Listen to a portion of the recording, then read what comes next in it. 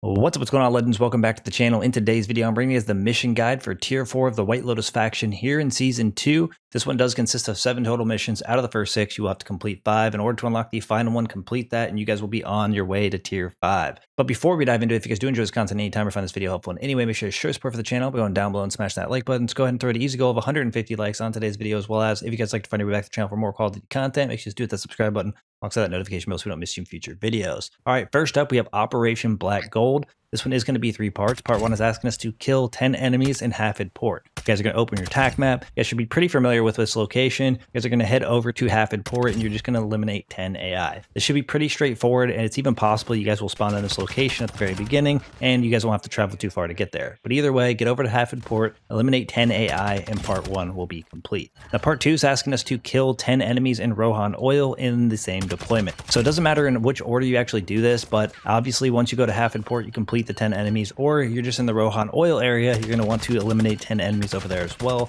And of course, this means AI. So if you guys are over in Rohan Oil instead first, you guys can go to this one, eliminate 10 AI over in Rohan Oil, which should be pretty easy to find, and you guys will get part 2 complete. Now part 3 is just asking us to kill 15 enemies in Satiq Cave Complex in the same deployment. Just like we were talking about before, I don't think it matters what order you guys do this in. You guys are just going to have to visit all 3 parts in the same deployment. But the Satiq Caves is a pretty hostile area, so you guys shouldn't have any issues finding enemies there. And of course, if you guys are, you guys can go over to where the crash site is, and you guys will have a pretty significant chance of finding enough enemies. But anyways, once you guys complete the 15 enemies here, alongside the other 2, 10 and 10 at Hafid Port and Rohan Oil, you guys will have completed this mission. Next up, we have Malrat. This one is going to be 2 parts. Part 1 is asking us to kill 20 enemies in the Saeed City shopping center without being down. Now this one is going to be a little bit tough, so it is important to go into it, load it up on plates, maybe a self-revive or revive pistol, and definitely can help to have some teammates as well. Obviously doable solo, but I definitely don't recommend it, as again, it's just making it more difficult than it needs to be. However, you guys are going to head over to Saeed City Mall, which is located in Saeed City. You guys don't need a key to actually access this, as you guys can get in through the roof or on the side of the building. But basically the best route is to go through the parking garage, get up on the roof, eliminate the enemies on the roof, and then utilize being on top of that to look down into the mall, where you will see more than enough enemies, mostly tier 3s, you guys should be able to eliminate.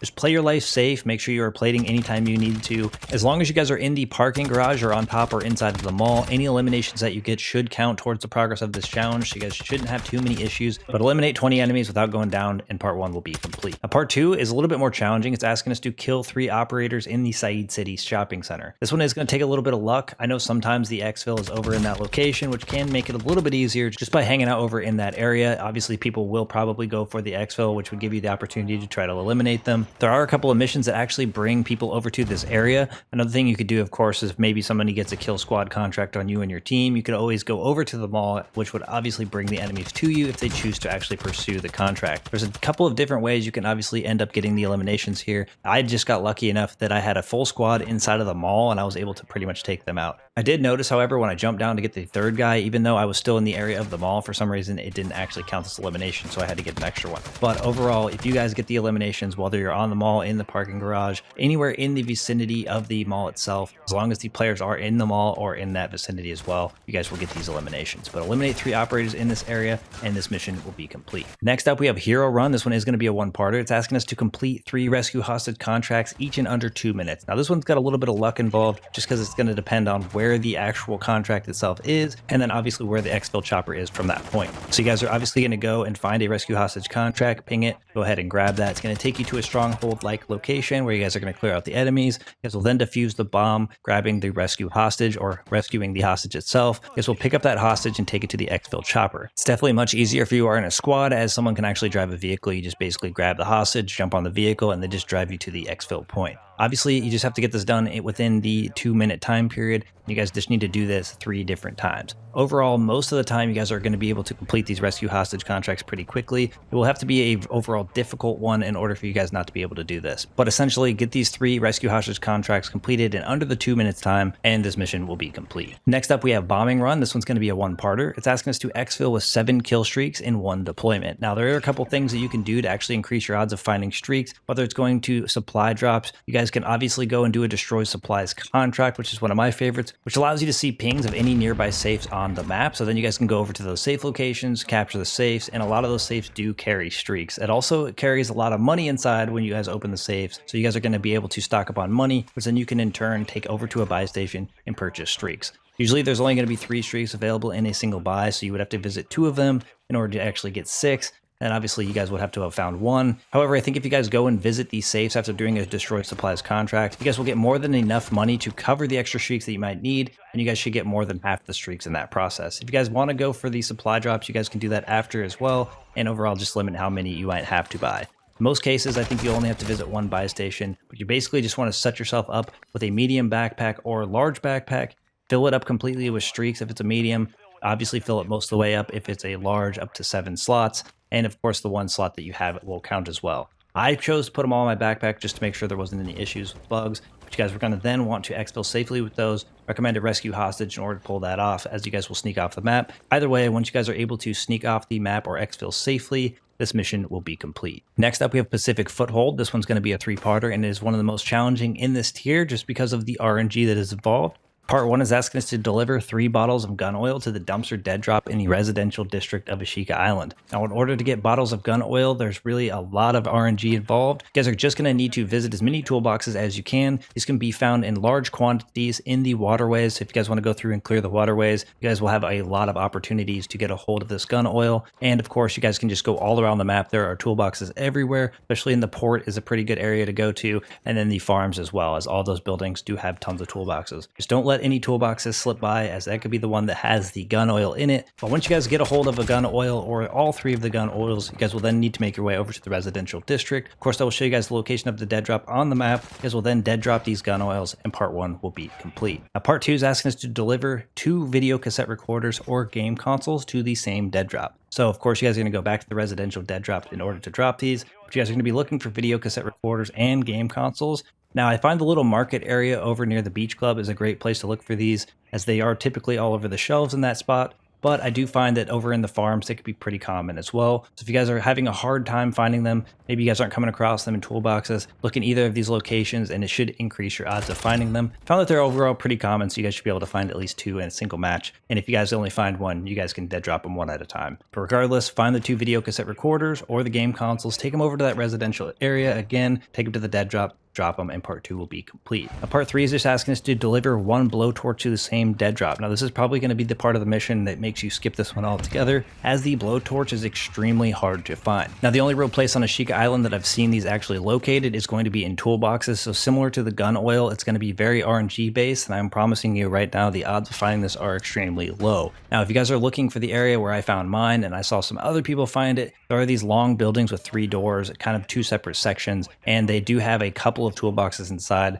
I was able to find mine in this location just by opening it, obviously, after about 30 different rounds of looking for it. Finally, the blowtorch was actually in the spot that I thought it would be, and obviously I got the RNG ID'd it. But once I was able to get my hands on the blowtorch, and just like you guys, as soon as you guys see this and get your hands on it, you're going to want to make a beeline over to the dead drop again in the residential area. It's important that you do dead drop this as quickly as possible, as you do not want to lose it and have to look for it all over again. This will dead drop the blowtorch, wrapping up this mission. Next up, we have the route forward, and this one is also going to be 3 parts. It's asking us to loot 7 tracking devices from the Al Sharim Pass dumpster dead drop. Now, if you guys haven't been to the Al Sharim dead drop, it's going to be on the side closest to Akhtar Village. It's kind of like levels, the way the hill kind of builds up to the top of the Al Sharim Pass. And you guys are going to need to make your way up almost all the way to the top. I recommend going up the side that is closest to Akhtar Village, as it allows you to pretty much sneak all the way up to the ladder that leads just to the dead drop itself. But of course, once you guys get to this area, I will show you guys the location on the map the best I can. You guys will be able to get up to this dead drop, and you guys will then open it, being able to grab the tracking devices from this location. But once you guys have these in your possession, part 1 will be complete. Now, part 2 is asking us to plant 7 tracking devices on the AQ trucks in Satiq Caves in 1 deployment. Now, this one's going to require you to go over to Satiq Caves. If you guys are looking for where this location really is, you guys are going to want to make your way towards where you do the mission for Caved In. And there's obviously that place where you enter the waterway there. You guys are going to need to actually go up top of this location. I'll show you guys on the map where this is located, as the first truck is going to be just above the hole that leads down into where you do the Caved In mission. You guys will obviously want to go here, plant the first device, and you guys will then want to drop into the hole or go into the entrance where you go to take the boat into the caved in spot. There's going to be a ton of AI in this area. You're going to need to clear it out. and you guys will then find a couple of the AQ trucks down below in here. You guys will then want to plant the tracking devices on each of these vehicles down here once you clear the area, and then you're going to need to continue to move forward. Now, the next location is going to take you to approximately where the cave location is, or the landmark location on the map is. You guys will open your map. You guys will see the little cave icon. You guys are going to have to go over here for the remaining of these trucks. You guys will, of course, want to clear it out again out front, as there is a ton of tier 3s in here. It's going to be kind of hard to plant the tracking devices if you're getting shot from all directions. It does help too if you guys have it in the area to hit the UAV tower, so you can just kind of see what you're working with, but you're going to need to work your way into here, and to the left is going to be the first 2 truck locations that you will need to plant the tracking devices. Of course, once you guys clear the area, you will plant these 2 tracking devices, and you will continue to move through the caves. Now, once you get to the point where the cave kind of curves to the left, you guys will then see another truck location. Again, having to clear the enemies in this area in order to be able to plant it. You guys will, of course, clear them out, plant this tracking device, and continue moving through the cave, where you guys will then see the opening to the outside. Now, the last truck here is going to be located outside, and I will, of course, show you guys the location of this one on the map. In case you guys get lost and you want to backtrack through the cave system, you guys can go to this last one first if you want and go backward. It doesn't really matter. But, of course, I will show you guys this one. You guys will then go through the entirety of that cave. Once you pop out on the other side, you guys see that final truck. You guys will plant this tracking device on that final truck, wrapping up this part. Now, the last and final part is asking us to travel to the server rack in the bunker in Satik Caves and download the data. So once you guys have already planted all of those things on these 7 trucks, you guys are going to then need to make your way to the bunker that is pretty much overlooking the crash site itself. So if you guys know where the crash plane is, I will, of course, show you guys this location on the map as well. You guys will make your way over to the bunker. The bunker is actually located at the very front of the plane, or pretty much at the front of the plane. So if you guys go to the front of the plane, you'll see the bunker there. And of course, you guys will go inside. You guys will then see the server rack, which you guys are going to want to interact with. Once you guys go over to the server rack and download the data in the bunker, you guys will then have completed part 3, wrapping up this mission. Next up, we have our last and final mission, which is going to be Toxin Research. This one is going to be 3 parts. Part 1 is asking us to find and extract the research documents from the Ashika Science Center. So you guys, of course, are going over to Ashika Island for this one, and what it's not telling you is that you will need a key to gain access to this area.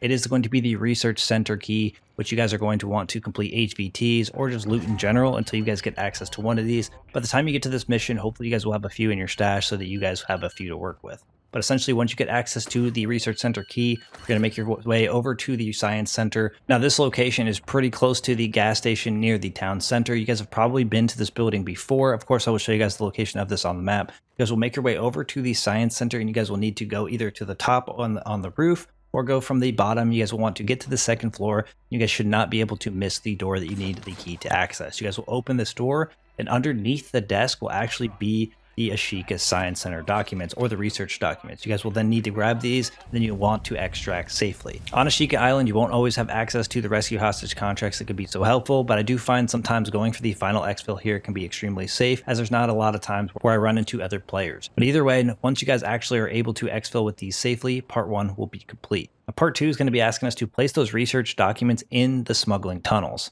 Now, the location of the smuggling tunnels is going to be a static location of a stronghold that is in between the Al Mazrah City and Zarqwa Hydroelectric. You guys have probably been to this location before. You guys probably had a mission where you've taken an item to the exact location you're going to be going here. Now, it's important to note that you will need a stronghold keycard if someone hasn't already opened the door. So it is definitely important to be prepared with one of these in case you need to unlock the doors. Now, I found the best location to actually go into the smuggling tunnels for this specific mission is going to be the little well-like location, a little bit more north. Of course, I'll show you guys the location of this on the map. It allows you to rappel down, and then you guys will go inside of a door. Then inside of that door, you guys will probably have to clear out a few enemies. This is a location that you guys have been familiar with before, as you placed items here before. You guys will go over to this, and then obviously you place these documents down, and part 2 will be complete. Now, part 3 is going to be asking us to go to this exact same location in the smuggling tunnels, but we do need to place a gas can in that location. Now, gas cans are pretty common. If you guys go over to gas stations, you guys are more than likely going to run across at least 1, possibly 2. There are some cases where you won't find any. You guys will just need to go to another location, but you guys want to get a hold of a gas can.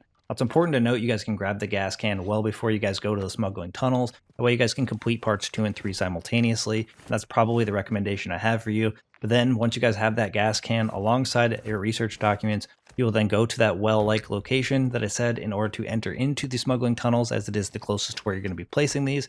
You guys will then rappel down, go to the door. In there to the right will be the queue to place the gas can and the documents. So you Yeah, so place the gas can next to the documents there. Part 3 will be complete, wrapping up Tier 4 of the White Lotus faction. Now that's going to wrap things up for today's mission guide. Thank you guys for all the support in today's video, all the support on the channel, and I look forward to seeing y'all in the next one.